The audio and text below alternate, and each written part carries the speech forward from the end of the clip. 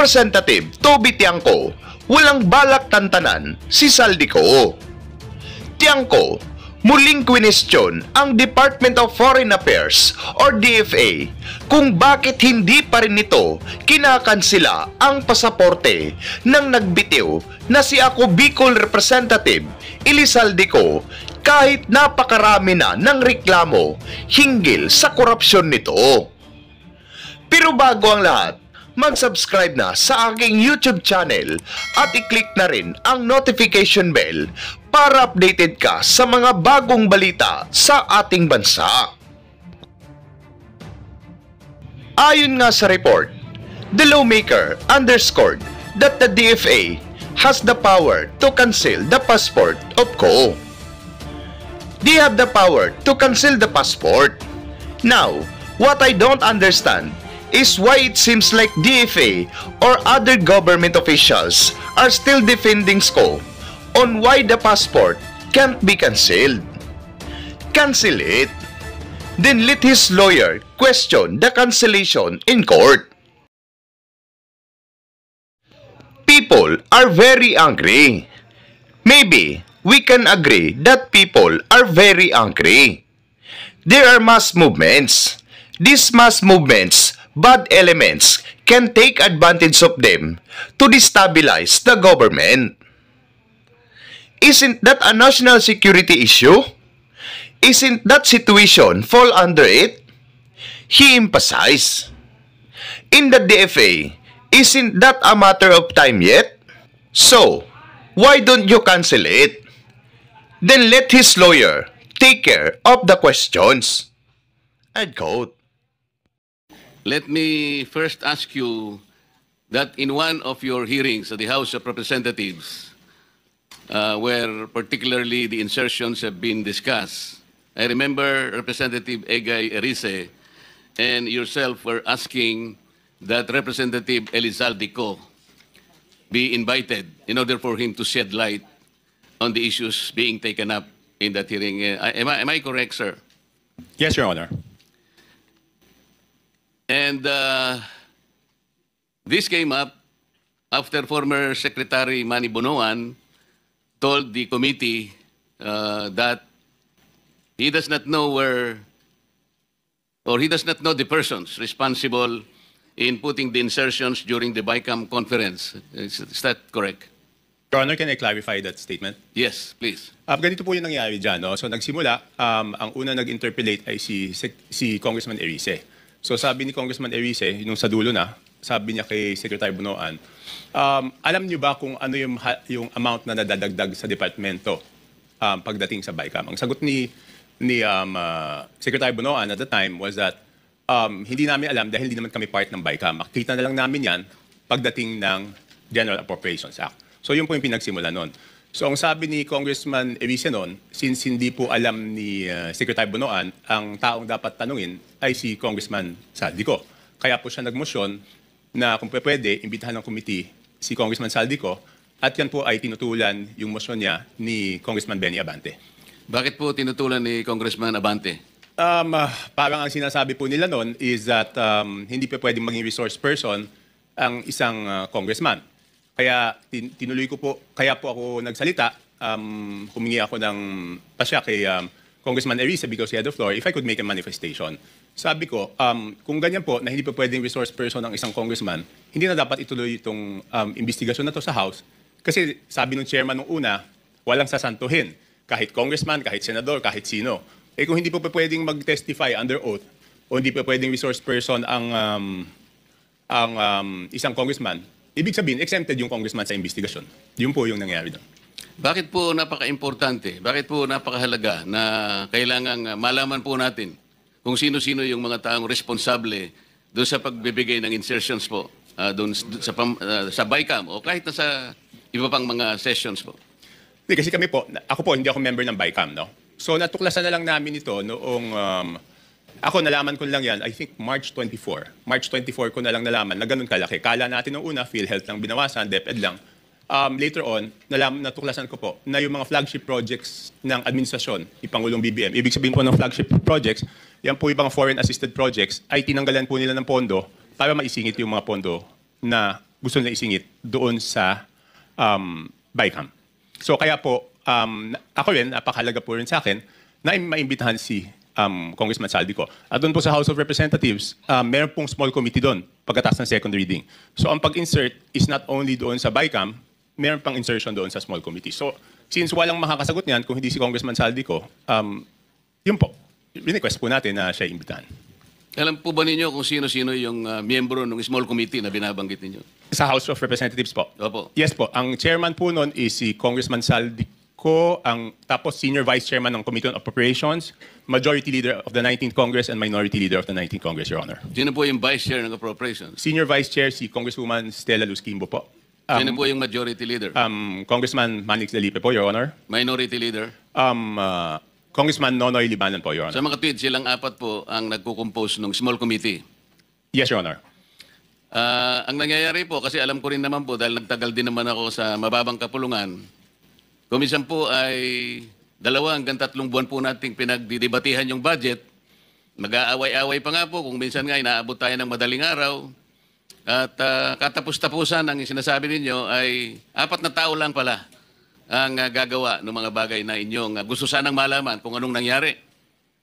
Tama po kayo, Your Honor. Di ba po, sabi ko nga, magtatalo-talo, magbibigay ng inputs yung mga kasamahan natin. Tapos sa dulo pala, yung 4 na tao lang ang magdidesisyon. At yung problema po doon sa 4 na tao na yon, at least yung BICAM po, may BICAM report po yun eh.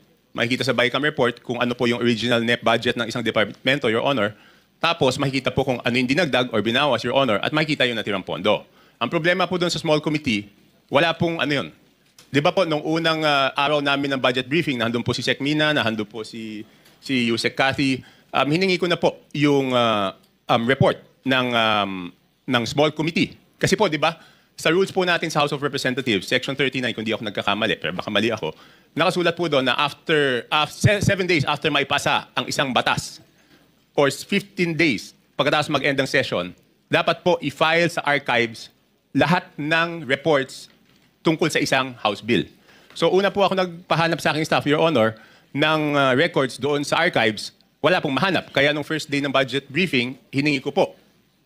Wala din sila, hanggang ngayon, wala po silang binibigay. So ibig sabihin, sabi ko, kung walang record yan, ang siguradong nakakaalam po niyan, Your Honor, is si Congressman Saldico.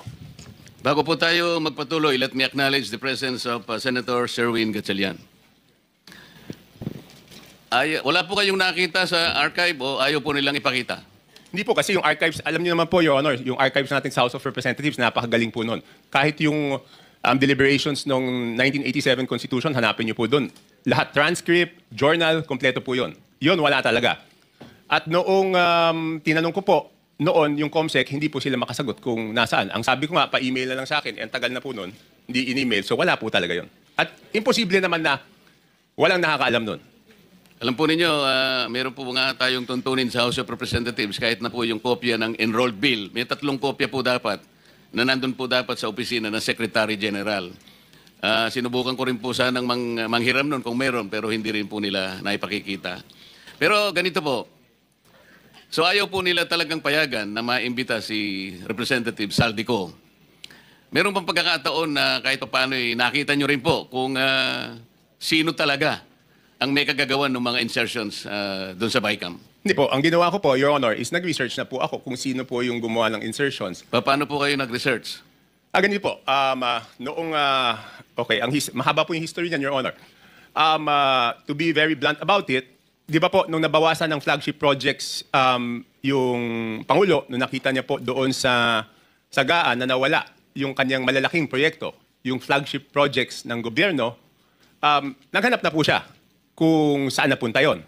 So wala po ako nung unang meeting, pero I think nagkaroon ng meeting, ang dinig ko noong January, tinanong po yung Senate President, si Senate President Escudero at tinanong po si Speaker Martin Romualdez, hiningi yung listahan noong mga insertions doon sa budget.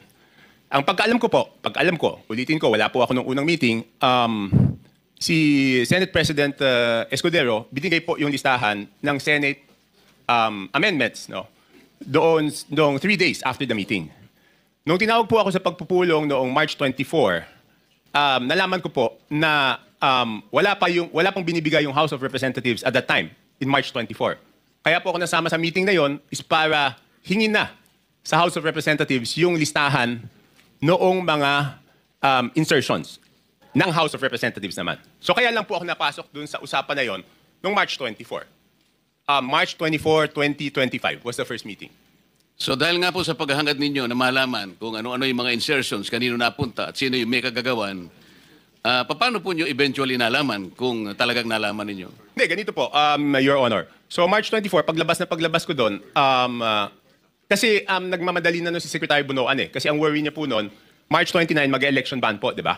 So hindi ma-award, hindi mapapagawa yung projects. At pag hindi po napagawa yung projects, apektado po yung buong ekonomiya natin, di ba po? So paglabas ko, tinawagan ko po si Congressman J.J. Suarez. Kasi sabi sa akin doon sa meeting na yon, na since wala na si Saldi ko, ang kumakausap na lang sa mga department secretaries ay si Congressman J.J. Suarez. So ang ginawa ko po, Your Honor, tinawagan ko siya, hiningi ko po yung listahan ng insertions. Pero nagtagal po bago po nila naibigay sa akin. I think 3 batches bago po nila naibigay sa akin yung kompletong listahan po nung sa House of Representatives. Sa mga po ay kinausap nyo si Congressman J.J. Suarez, nagbigay naman po ba siya ng impormasyon na inyong hinihingi? Tinawagan ko po. Nung una, nagpabigay siya ng hard copy. Sabi ko, paano ko naman hahanapin to? Hard copy. Pero nagtagal eh. Checking ko lang po kung anong date niya binigay. Basta hindi ka agad. Tapos, ang nangyari po noon, binigay rin in 3 tranches. Una, nagbigay ng isang batch. Pangalawa, nagbigay ng isang batch. Tapos yung isang batch na tagalan. So sabi ko, hindi ko po mache-check kung at hindi ko masasubmit sa executive branch kung hindi kompleto. So later on, napilitan namin silang ibigay yung kompletong listahan, Your Honor. Ano po ang nakita ninyo nung ibigay nila ang kompletong listahan sa inyo? Hindi, ginawa ko lang, Your Honor, is pinagkumpara ko po yung di ba po, admittedly, lahat naman po kaming congressman, pag nakita yung NEP, ang natural na tendency naman hihingi ng extra para sa aming distrito. Okay? So susulat po kami. At least ako sumusulat ako. So siyempre, nung binigay sa akin yung listahan, ang unang naisip ko noon, ang una ko pong naisip is, kung ikaw, congressman, hihingi ka para doon sa distrito mo. Hindi ka naman hihingi para sa ibang distrito. So minatch-match ko po yung data.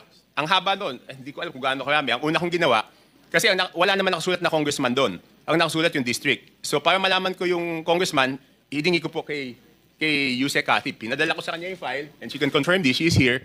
Sabi ko, Yusek, pakiisa-isa mo nga, lagyan mo kung sino yung congressman kasi gusto ko i-compare yung proponent tsaka yung congressional district. Kung congressional district, hindi ko naman kabisado kung sino yung congressman doon eh. So ang sabi ko sa kanya, pakilagay mo yung pangalan ng congressman. So binalik niya po sa akin.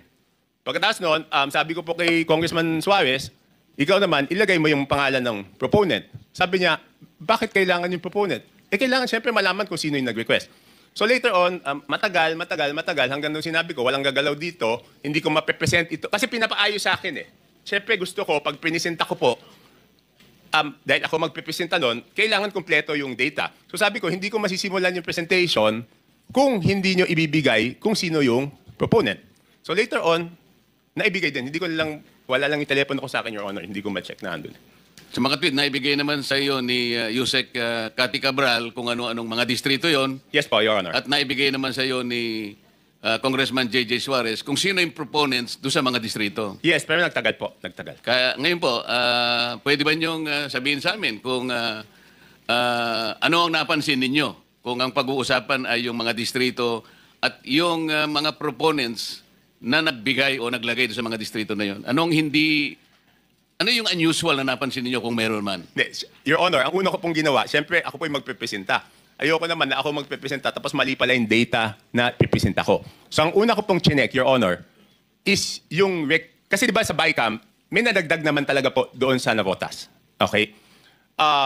Yun nga, ini-issue sa akin, insertion yun. Hindi ako makakapag-insert, Your Honor. Kasi ako po ay hindi membro ng BICAM. So pwede lang po ako mag-request kung ano man yung pumasok doon sa BICAM, yun amyenda na pinayagan ng BICAM. Okay? Opo. So, para hindi ako mapahiya, ang una kong chinek is kung tama yung pumasok Sa o inyong nadagdag. distrito? Hindi, yung sa akin muna. Yun nga po, sa distrito niyo. Kasi alam ko po kung magkano yung nadagdag sa akin sa BICAM. Tumama naman po. Tumama, kasi ang request ko noon is 1.1 o 1.2. Ang pumasok po galing sa House of Representatives na request is 529 at meron po galing sa Senate na 121 po yata.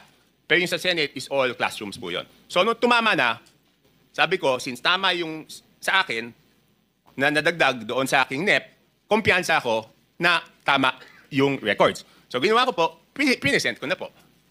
Ano po yung nakita nyo sa ibang distrito na hindi masyadong, na very unusual? Halimbawa sa dalawang probinsya ng Mindoro. Mindoro Oriental at saka Mindoro Occidental. Because I'm going to take advantage of the presence of the good governor of Mindoro Oriental. Kaya ko lang po tinatanong.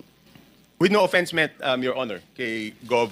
Dolor and to my fellow congressmen, ng district congressmen, ang una ko pong napansin doon is lumobo yung dalawang Mindoro, isang Oriental, isang Occidental. Ang NEP po nila is something between 1.5. Sabihin na natin para safe ako. Hindi lumampas ng 2.5 yung but I have the figures, Your Honor. Kaya lang para lang mabilis po tayo, Your Honor. Hindi lumampas ng 2.5 yung NEP nila, pero ang GAA po nila is magkano ba? 20 billion. So, nagulat ako. Sabi ko, in fairness doon sa mga district congressmen, Your Honor, hindi po nila kaya gawin yun. Hindi kayang gawin ng regular congressman na magdagdag. Hindi naman po sila miyembro ng Committee on Appropriations. Parehong first-term congressman po yun. So, hindi nila kakayanin magdagdag ng ganun kalaki. Kasi ang hirap po, di ba? In my case, nag-request ako 1.2 billion, ang nabigay lang 569. So, paano namang itong congressman na to, makakapagdagdag siya ng ganun kalaki? So, sinek ko na po, sino yung naglagay ng mga pondo doon. Sige po. Tapos po, nagulat din ako kasi, siyempre makikita ko doon sa proponent, tsaka doon sa district congressman. Nagulat po ako na, for example, alam ko po kayo dating party list, Your Honor. Pero may dalawang party list po doon, nasa BICAM lang, hindi ko alam yung sa small committee, ay nadagdagan sila ng 2 billion. Anong party list po?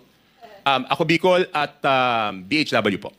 Ang alam ko po, Your Honor, ang party list congressman, ang allocation po yata, kung di ako nagkakamali, but I'm sure you know better, is 100 to 150 million lang.